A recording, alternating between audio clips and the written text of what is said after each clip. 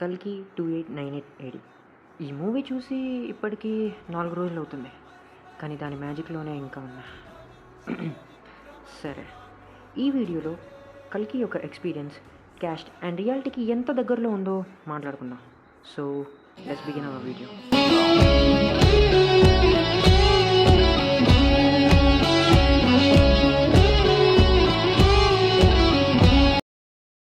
Spoiler alert.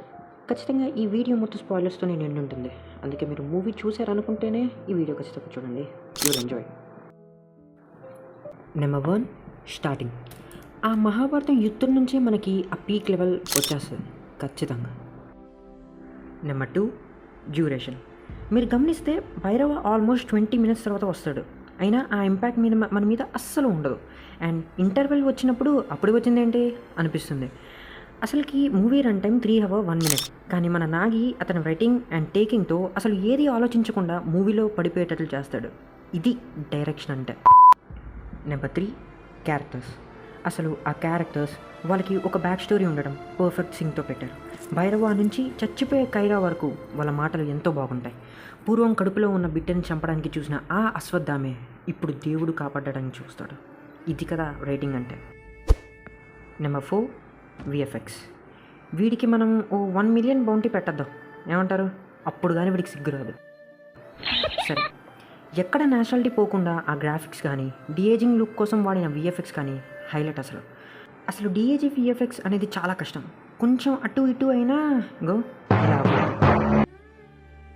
ఆ కాంప్లెక్స్లోని visuals ఇంకా నా దిమాక్లోనే తిరుగుతున్నాయి.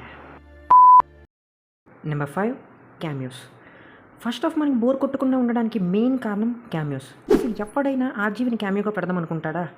హీరో ఎంట్రీ కన్నా ఎక్కువ గోల్ దొబ్బారు అక్కడ. ఆ dialogues between Rajamouli and Prabhas కానీ, ఆ క్యాప్టెన్ రోల్ కోసం దుల్కర్ సల్మాన్ కానీ అదిరిపోయాయి.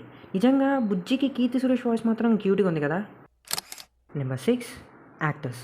అసలు ఈ మూవీకి ఇంత భారీ క్యాస్టింగ్ సెలెక్ట్ చేశాక అందరూ మన నాగి మీద డౌట్ పడ్డారు. కానీ మహానటి గురించి తెలిసిందే కదా. ప్రభాస్ యాక్టింగ్ ఎంత న్యాచురల్గా ఉందో. సాహో నుంచి ఆ వింటేజ్ ప్రభాస్ని అస్సలు చూడనే లేదు.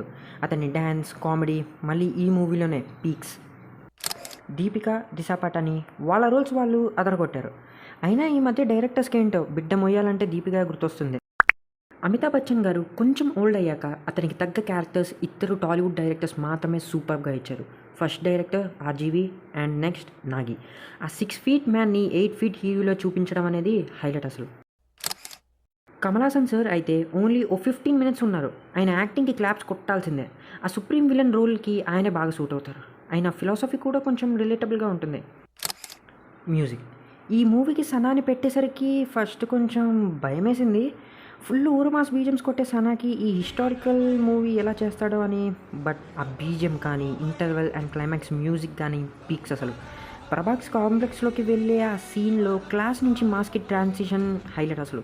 ఈ సాంగ్ ఖచ్చితంగా మన ప్లేలిస్ట్ని రూల్ చేస్తుంది. Promotions and expectations. కోట్లు పెట్టి ప్రమోషన్స్ చేసి డుమ్మా కొట్టడం కన్నా ఇది 1000 రెట్లు మేలు. ప్రమోషన్స్ చేయకుండా ఉండడమే పెద్ద ప్రమోషన్స్.